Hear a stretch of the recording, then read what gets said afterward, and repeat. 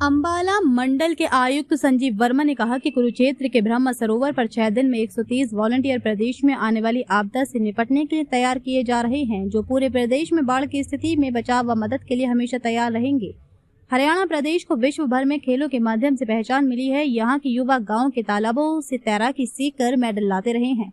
इसी बात को ध्यान में रखते हुए गाँव के तालाबों को तैराकी के लिए तैयार किया जा रहा है। यहाँ से प्रशिक्षण के बाद सभी वॉलंटियर अपने आसपास के लोगों को भी तैराकी के गुणों से अवगत करवाएं। अंबाला मंडल के आयुक्त संजीव वर्मा सोमवार को ब्रह्म सरोवर पर राजस्व विभाग द्वारा आयोजित 6 दिवसीय राज्य स्तरीय बाढ़ राहत प्रशिक्षण शिविर में बतौर मुख्य अतिथि बोल रहे थे। आयुक्त संजीव वर्मा ने रिबन काटकर और दीप प्रज्वलित करके कार्यक्रम का शुभारंभ किया और नाव प्रशिक्षण को हरी झंडी दिखाकर ट्रेनिंग की अनुमति दी। आयुक्त संजीव वर्मा को अतिरिक्त उपायुक्त विवेक आर्य ने स्मृति चिन्ह देकर सम्मानित किया। आयुक्त संजीव वर्मा, अतिरिक्त उपायुक्त विवेक आर्य, एसडीएम शंभू राठी, डीआरओ चेतना चौधरी सहित अन्य अधिकारियों ने ब्रह्म सरोवर में वोटिंग भी की। इस प्रशिक्षण शिविर में 23 जिलों के 130 प्रशिक्षणार्थी और 20 मास्टर ट्रेनर को अप टू डेट किया जाएगा। आयुक्त संजीव वर्मा ने कहा कि हमारे देश में विभिन्न समय पर अलग अलग प्रकार की आपदा आती रही है, इनमें से बाढ़ की स्थिति भी एक है।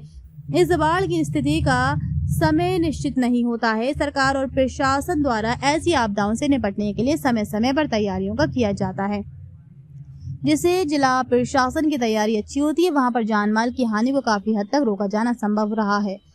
उसी स्थिति को ध्यान में रखते हुए ऐसे प्रशिक्षण शिविरों का आयोजन किया जाता है। जिन्होंने कहा कि बाढ़ के समय मानव के अलावा पशुओं को भी नुकसान पहुंचता है। इस बात को ध्यान में रखते हुए इस शिविर में पशुपालन विभाग, सिंचाई विभाग, पुलिस विभाग, स्वास्थ्य विभाग सहित अन्य विभाग को प्रशिक्षण शिविर में शामिल किया जाना चाहिए। ऐसी स्थिति में पूरा प्रशासन टीम वर्क के साथ काम करता है, इसलिए प्रशिक्षण में भी सभी विभागों को टीम बनाकर ही शामिल किया जाना चाहिए। उन्होंने कहा कि इस प्रशिक्षण शिविर में स्वयं की रक्षा के साथ साथ दूसरों को बचाव के तरीकों से अवगत कराया जाएगा। आयुक्त संजीव वर्मा ने जिला आयुर्वेद अधिकारी डॉक्टर मंजू शर्मा को निर्देश देते हुए कहा कि 6 दिवसीय शिविर में प्रदेश भर से 150 प्रशिक्षणार्थी और ट्रेनर हिस्सा ले रहे हैं। इन सभी के स्वास्थ्य को बनाए रखने के लिए योग शिविर लगाया जाए, ताकि प्रशिक्षण के दौरान शरीर में ऊर्जा का संचार बना रहे। अच्छे प्रशिक्षण के लिए मन व शरीर पर कंट्रोल जरूरी है, जो कि योग से संभव है। प्रशिक्षण के सभी 6 दिनों तक प्रत्येक दिन सुबह 6 बजे से 7 बजे तक योग शिविरों का आयोजन किया जाएगा।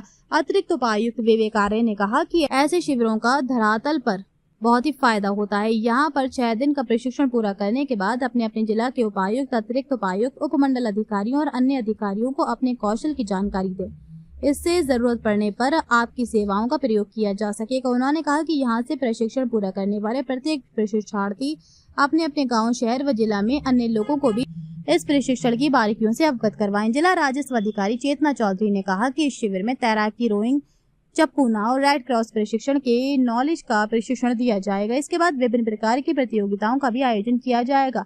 इन प्रतियोगिताओं में अव्वल आने वाले को सम्मानित किया जाएगा और जिस जिले के ज्यादा विजेता होंगे उस जिले को ओवरऑल ट्रॉफी से सम्मानित किया जाएगा।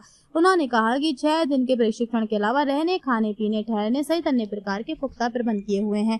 इस मौके पर SDM Shahbad Shambhu Rathi, under secretary Hari Kishan, master trainer Mukesh Kumar, तहसीलदार पूनम सोलंकी, नायब तहसीलदार बलकार सिंह, ताराचंद, आशु सहित अन्य गणमान्य व्यक्ति मौजूद रहे। वो भी सबसे आगे काम करते हैं। हेल्थ के लोग हैं, पशुओं से संबंधित बहुत सारी बीमारियां होती हैं और पशु भी हमारे जीवन का आधार है, न कि मनुष्य की करना।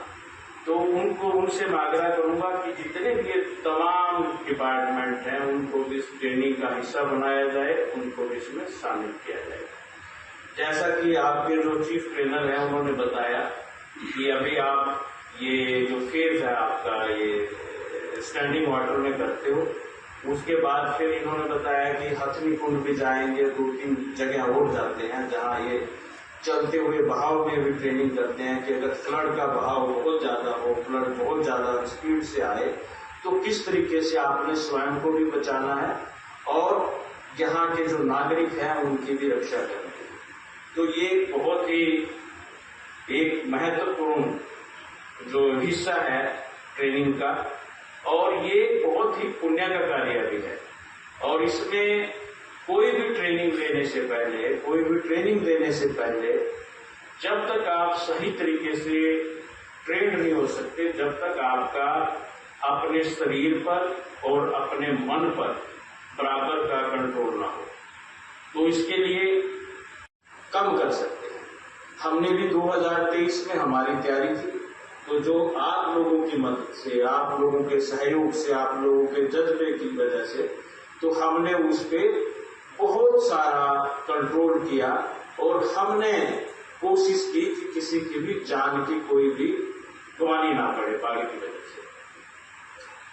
जैसा हम सब देखते हैं कि दुनिया किस तरीके से करवट बदल रही है, दुनिया किस तेजी से आगे बढ़ रही है और जो सैद्धांतिक मूल्य है किस तरीके से उनमें गिरावट आ रही है, तो इन सब चीजों को देखते हुए हमें हर एक तरीके की ट्रेनिंग की आवश्यकता है। मैं यहाँ के जिला प्रशासन से ये भी अनुरोध करूंगा कि इस ट्रेनिंग में सिर्फ बाढ़ को लेके एक पर्टिकुलर जो रेवेन्यू डिपार्टमेंट है उसकी तो अहम भूमिका है, लेकिन इसके साथ साथ जो हेल्थ सर्विसेज के लोग हैं, जो एनिमल हस्बेंड्रीज के लोग हैं, जो इरिगेशन से जुड़े हुए लोग हैं, उन सारे लोगों को भी इसमें शामिल किया जाए, क्योंकि ये टीम वर्क है और इस टीम वर्क के बिना हम इसमें जिस तरीके से हमें महारत हासिल होनी चाहिए वो हासिल नहीं कर पाएंगे। तो मैं यहाँ के डीआरओ से ये निवेदन करूंगा कि कल से जितने भी डिपार्टमेंट हैं